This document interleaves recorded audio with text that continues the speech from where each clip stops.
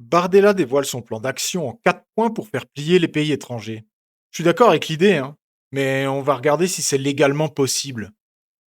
Il propose d'utiliser tous les leviers de l'État pour forcer les pays d'origine à reprendre leurs ressortissants sous OQTF.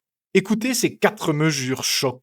C'est d'abord qu'il n'y aura plus aucun visa qui sera accordé à des pays qui refusent de récupérer leurs ressortissants.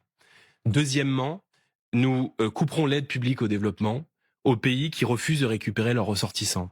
Troisièmement, nous pourrons aller jusqu'à suspendre les transferts de fonds, les transferts Western Union pour les pays qui refusent de récupérer leurs ressortissants. Ils pourront Et passer par des pays quatrièmement, tiers. accessoirement, les dirigeants étrangers qui refusent de coopérer avec la France sur ce sujet essentiel pour notre société et pour les sociétés européennes, ne pourront plus venir se faire soigner dans les hôpitaux français. Donc, C'est clair, c'est net, et beaucoup de Français réclament cette fermeté.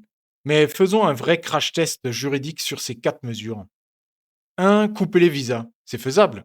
Emmanuel Macron l'a d'ailleurs fait en 2021 en divisant par 2 les visas pour le Maghreb. Le problème, ça a créé une crise diplomatique majeure et la France a fini par faire marche arrière un an plus tard. 2. Couper l'aide au développement. Faisable sur notre aide bilatérale. Mais attention à l'effet boomerang. Si on appauvrit ces pays, on risque de créer encore plus d'immigration vers la France. 3. Bloquer Western Union, donc les transferts privés. C'est le plus gros mensonge du plan. C'est formellement interdit par l'Union européenne. L'article 63 du traité sur le fonctionnement de l'UE garantit la libre circulation des capitaux. Sauf à mettre ces pays sous embargo total comme la Russie, la France n'a pas le droit d'empêcher un particulier d'envoyer son propre argent. 4. Bloquer les hôpitaux aux dirigeants. C'est possible diplomatiquement, mais ça reste symbolique. Mais écoutez bien son constat sur l'avenir, car là, il touche le vrai problème.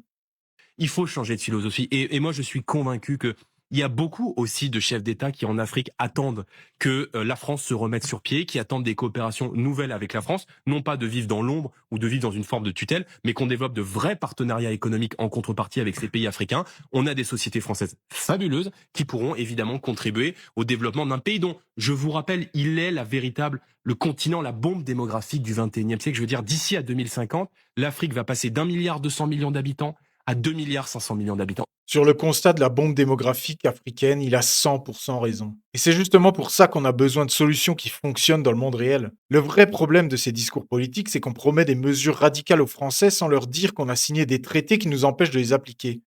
Tant que la France restera soumise à la Cour européenne des droits de l'homme et aux directives européennes sur la libre circulation, aucun gouvernement ne pourra bloquer les transferts d'argent ou expulser massivement sans risque de condamnation. Pour appliquer ce plan, il ne faut pas juste gagner une élection en France, il faut renégocier les traités européens. Et ça, c'est une autre paire de manches.